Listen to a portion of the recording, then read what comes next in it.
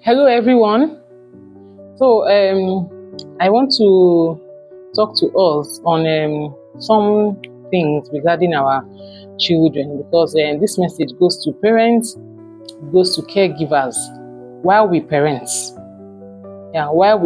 while we raise our children to be purpose-driven, to be emotionally stable, to be smart children, to be independent thinking children, to be godly children, it is very, very important as parents or caregivers that we should not keep certain information away from them. Very, very important. We should not keep certain information away from them. Because as we are raising our children to be the best, let us also make our children to know that there are bad people out there. There are bad things out there. There are bad stuffs out there. There are demons. There are smokers. Just name it. So that when they go outside and when these things confront them, they will know how to deal with it. Because as a parent, as you're trying all your best with the help of God to raise purpose-driven children, all parents are not like you. There are some parents that are permissive. Nothing concerns them. Anything goes, nothing concerns them. There are some parents that are absentee parents. They are not involved in their children's well-being or affairs at all. You see, there are some parents that are participatory. So these are involved parents. You see, so we have permissive parents, we have absentee parents, we have abusive parents, and also we have participatory parents. So, and also in different homes, parenting approaches, parenting style differs. You see, so in your home, you might be a participatory parent, but in another home, those parents might be abusive. Those parents might be permissive. Those parents might be absentee parents. And of course, the children of those kind of parents, our own children will get to meet them outside, maybe in school, maybe in church, maybe when they go for birthday parties, or when they go for swimming class, or when they go for judo class. They'll get to meet those children. So when they meet those children, and in one way or the other, they start interacting with them, how would they be able to cut off from those children? Or how would they be able to deal with some certain things those other children will be presenting before them? So in as much as we are raising our children to preserve their body, we are talking to them about sexual purity. We are talking to our children to preserve their body until they get married. Let us know that some parents, it doesn't really concern them. And so they should know that when they go out there, in as much as you are talking to them about sexual purity, there are some people that will want to maybe just play with their body before they get married. There are some people that want to see the color of their pants. There are some people that want to finger them. There are some people that want to introduce them into masturbation. There are some people that want to introduce them into lesbianism. And so it is important for our children to hear these words from us first. There are some people that want to sleep with them. There are some people that want to have affair with them, sexual intercourse with them before they get married. So it is very important we let them know. We are raising our children not to be involved in drugs. But in some homes, they don't really care. And of course, some of those children who are involved in drugs, in one way or the other, the society is not made up of only good children, only good people. So let us know very well that as they are going out there, what if they stumble on a drug addict? What if they stumble on a gay, on a lesbian? What if they stumble on someone who is neck deep into pornography or homosexuality? How will they deal with them? Will they easily fall for the pressure because the pressure is too much?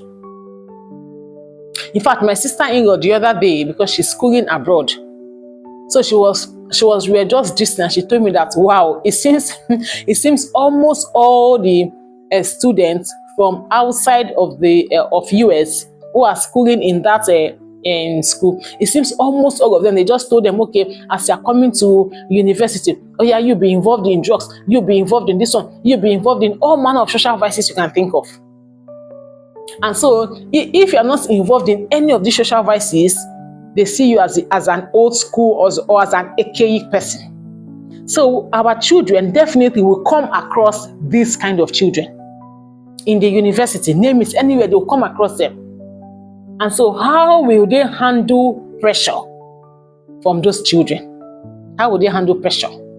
How will they handle peer influence from those other children? We raise them not to smoke, but let us tell them that there are smokers out there, and these smokers might want to lure them into smoking. But of course, this is what smoking is. These are the consequences. These are the dangers of smoking. What is the word of God saying concerning it? You see, they may also stumble on children who are doing bad things. Bad things. So many things today happening in the society. The people doing these things are from families. And so let us make our children to understand that they will come across this kind of children. They will come across people who might be into pornography or homosexuality. Let them not hear pornography. Let our children not hear pornography or homosexuality from outside, because they might hear it from a wrong person. They might hear masturbation. You've never heard masturbation. And the way they will so explain the masturbation to our children, they will explain it in a very subtle way. Very subtle, just like what the serpent did to Eve in the Garden of Eden. He presented itself very subtle to Eve. Deception. So the way they will present the masturbation to our children, it will be in a very subtle way. They will present it in such a way that you will not be sinning when you are involved in masturbation. You will not be sinning when you are involved in pornography. You will not be committing sin when you are involved in homosexuality. They'll present it in a very subtle way. And before you know, these children, they want to be involved in it. And before they will not discover that, this thing is not it, they have already gone very far. Let us make our children to understand that there is something they call drug addiction. Let them not hear drug addiction from outside. Let them hear it from us first. Because there is nothing again that is hidden under the sun. So there's some of these things we should not hide it from them. Because as we are trying our best to raise them to be perfect, as we are trying our best to raise them to be smart children, independent thinking children, it is not all parents that have your kind of parenting approach. It's not all. What if they stumble on children who come from an abusive home, or children who were raised by absentee parents or permissive parents? What will happen? Let our children get to understand that there is a boyfriend and girlfriend relationship. Now, it is not bad for you to be friends with the opposite sex. It's not bad. Let's make them understand it's not bad. But where they should be setting boundaries when it wants to go into sexual intimacy. Then we should teach them how to say no. We should teach them how to say no. We should teach them how to resist. We should teach them how to stand up from that kind of discussion. Because it will only take a self-willed child to be in the midst of his or her peers when they are talking about masturbation, pornography, or homosexuality, or drug addiction. It takes only a self-willed child to be able to get off from that kind of conversation. No matter how they are romanticizing the discussion, it only takes a self-willed child.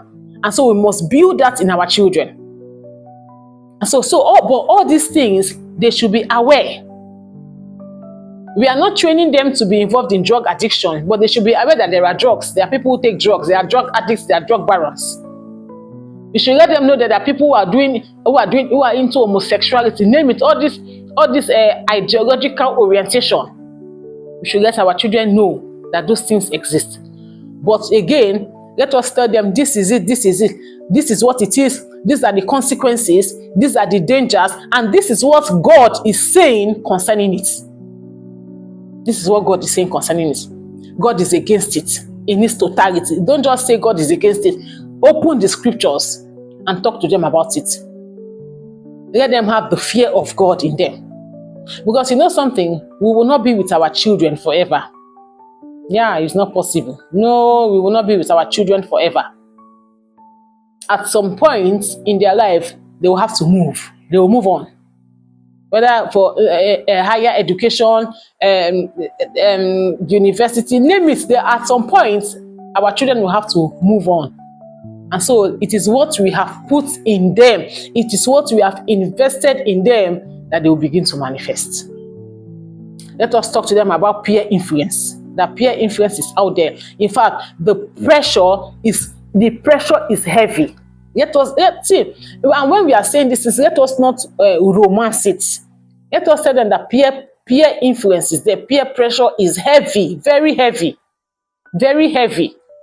So let us tell them how this peer pressure happens. They start the discussion very subtle. Let us talk to them about cultism. Let us talk to our children about cultism. Yeah, so that when they go out there, when they now understand the traits, the characteristics, the futures of these cultists, and when somebody who is in a cultist approaches them with their schemes and devices, they will say, I am not ignorant of your devices. I know your type. I'm not ignorant of your devices. You come to me in a subtle way. I know you. I am not ignorant of your devices. I know your schemings. I know you in and out. You see? And so when they begin to uncover their characteristics and say, I'm not ignorant of your devices. Me, no go area. And immediately you disarm that person. And let us tell them that even if you say no, the person will still come. The person will still come. Likewise to our children. Let us tell them that there are smokers out there, and those smokers will want to introduce this. Just take small. No, it's not doing anything. Just smoke. It's not doing anything. Yes, so that's how we start. So when we arm our children with the right information, both good and bad information. Do you know why I say bad information? Bad information in the sense that smoking, alcoholism, cultism, these are bad things. But these are bad things. And so, but when they know about what smoking, drug addiction, alcoholism, homosexuality, masturbation, pornography, when they know these things, we are not teaching them these things for them to practice it. We are telling them for them to be aware. We are not telling them for them to practice it. We are telling them for them to be aware. And we are telling them that such things exist out there. And it is not animals that are practicing it. It is human beings. And so these human beings, in one way or the other, people involved in all these social vices, they might stumble on them. How would they react? Will they fall for the pressure?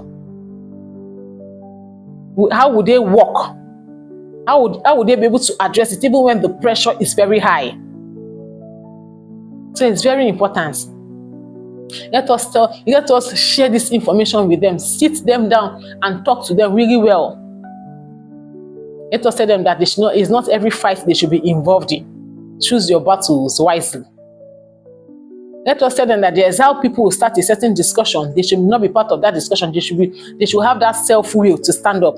Because children usually feel, she's my friend, he's my friend. He will feel bad, she will feel bad. She will say, I'm not your friend again. Fine, Jesus is your friend and that is enough. But again, it also boils down to the self-esteem we have built in them.